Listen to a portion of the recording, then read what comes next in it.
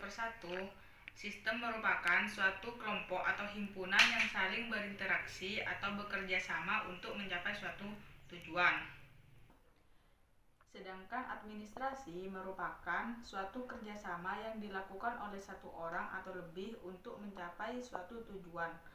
Sedangkan suatu negara merupakan suatu kelompok yang tinggal di suatu wilayah di mana wilayah tersebut memiliki seorang pemimpin dan mendapat pengakuan dari negara lain.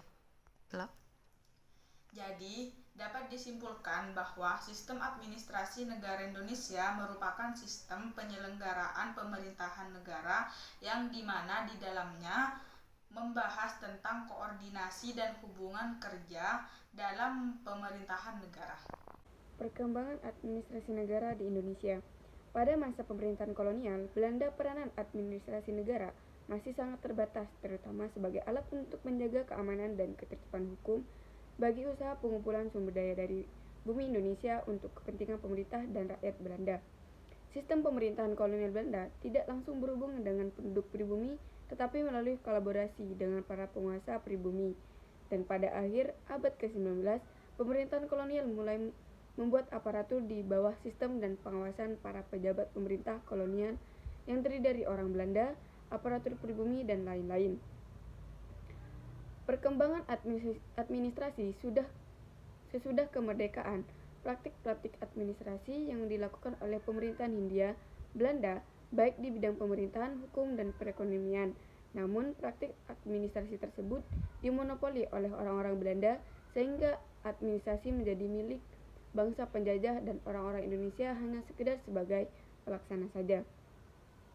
Setelah selesai Perang Kemerdekaan pada tahun 1951, dimulailah usaha pengembangan administrasi negara, di mana rekrutmen pegawai negeri banyak dipengaruhi oleh pertimbangan spoil system seperti faktor nepotisme dan patrik seperti hubungan keluarga, suku, daerah, dan sebagainya.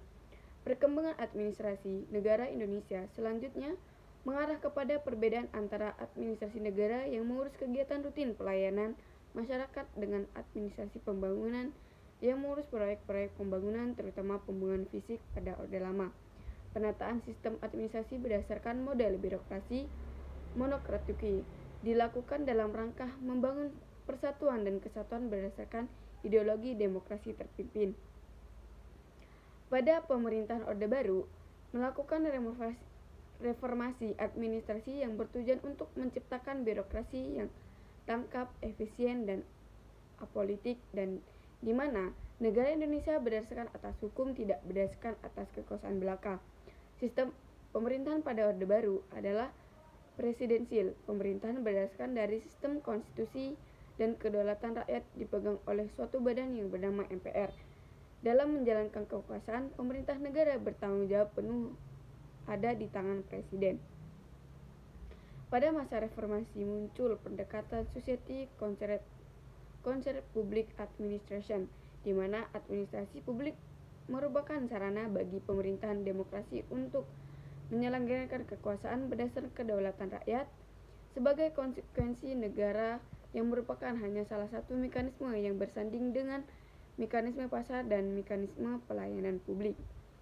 Krisis ekonomi yang menimpa Indonesia tahun 1997 menjadi pendorong perubahan besar dalam sistem pemerintahan di Indonesia dengan menciptakan sistem check and balance.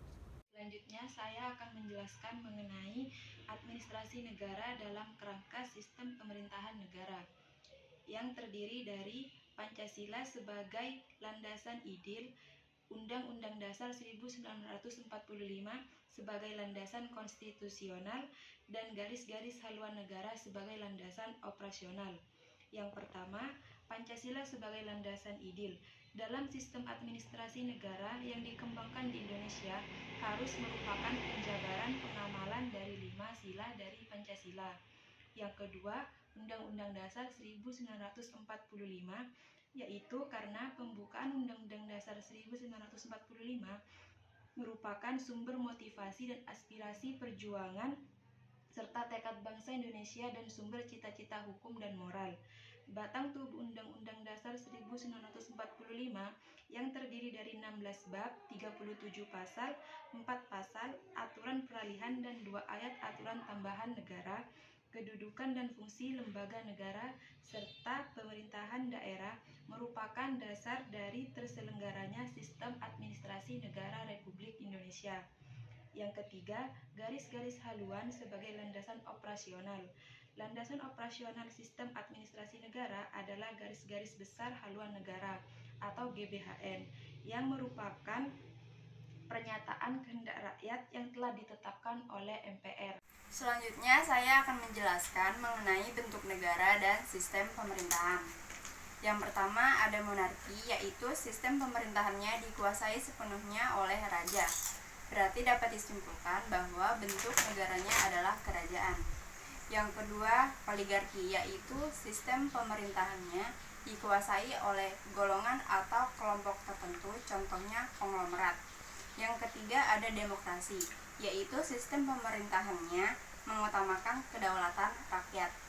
Yang kedua, sistem pemerintahan. 1. Presidensial, di mana kabinetnya bertanggung jawab kepada presiden. Yang kedua, parlementer, di mana kabinet masing-masing bertanggung jawab kepada parlemen. Yang ketiga, semi presidensial, yaitu mengatasi masalah-masalah sistem parlemen maupun presidensial. Saya jadi akan menjelaskan tentang dimensi dan konsep. Sistem administrasi negara Indonesia membahas mengenai dimensi sistem pemerintah negara, di mana kelembagaan aparatur pemerintah, kepegawaian pemerintah, aparatur perekonomian negara, dan pendayagunaan administrasi negara. Sedangkan konsep Sani menyatakan bahwa administrasi negara sebagai suatu sistem yang pada hakikatnya merupakan sekumpulan komponen elemen unsur atau subsistem dengan segala atributnya, karena mereka saling bergantung sehingga mereka merupakan satu kesatuan atau keseluruhan yang terintegrasi serta mempunyai peranan dan tujuan tertentu. Seiring berjalannya waktu, Indonesia telah memiliki barisan negara demokrasi dengan sistem administrasi yang mulai berkembang pola pikir dalam menyusun sebuah sistem yang utuh sebagai satu kesatuan. Tidak bisa lagi dipandang secara parsial, namun secara holistik. Hal ini berarti tugas dalam membangun negara bukan hanya tugas para pemimpin saja, namun juga seluruh elemen negara Indonesia. Dari segi penerapan sistem administrasi, kelembagaan telah banyak mengalami perubahan. Hal ini dapat berdampak buruk dan baik betapa penting sebuah negara tersebut atau sistem administrasi negara dipandang dapat mentransformasikan peranan lembaga negara Indonesia menjadi lebih efektif dan efisien.